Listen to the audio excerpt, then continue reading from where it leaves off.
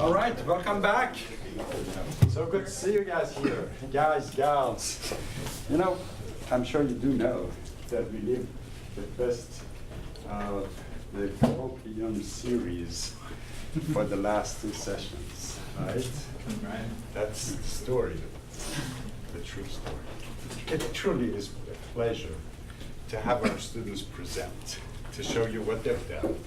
And we select some simply because just a few students, a few groups of students, just simply because of the limited time we have. But I know that a lot of you put a lot of work into research, into capstone, into projects that are all presentable, and we truly appreciate them.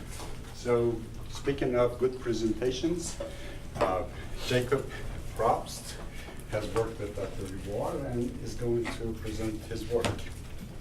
All right, thank you. So this is for my 496, which I did this semester. It's an extension of the phase detector that I talked about last colloquium. The code in it was absolutely awful, so I spent this semester making it less awful. So just a brief recap of what I did.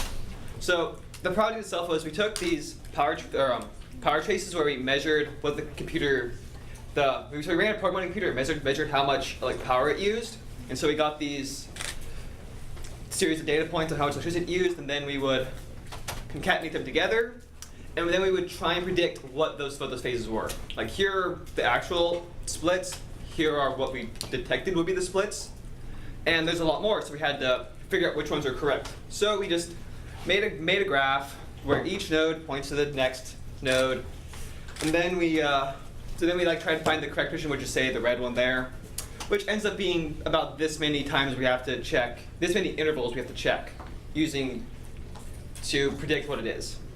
Now, the Cura system was very awful because we would take this data, write it out to a file, run another program on it, and then read it back in. It was horribly slow. So that needed to be changed. And also, a thing is that Python can't actually thread. So there's the global interpreter lock, which is a mutex that prevents multiple native threads from executing Python bytecode at once. So Python is effectively only single-threaded. So when I tried threading it, after about 3 cores, it just flatlined because while it's doing I/O, it can thread effectively, but that's the most I could get out of it. So the solution to this is they say to just write it in C, because Python can interface with C, so like just do it that. But that's kind of defeats the point of using Python. Then there's this other thing for multiprocess called a library for multiprocessing, which spawns additional Python processes and does some inter-process communication to synchronize it. And that had issues because it required serializing all the functions, and not everything in Python is serializable.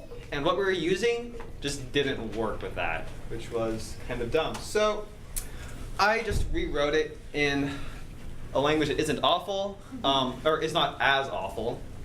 C++, which is still awful, but at least I can thread it. At least it does threads. So the code, now a lot of the code we were using around this used C++ anyway, which is why I used it.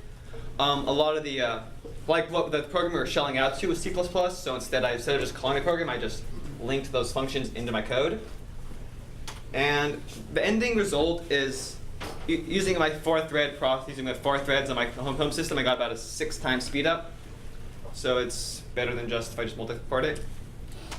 And that's it. Thank you.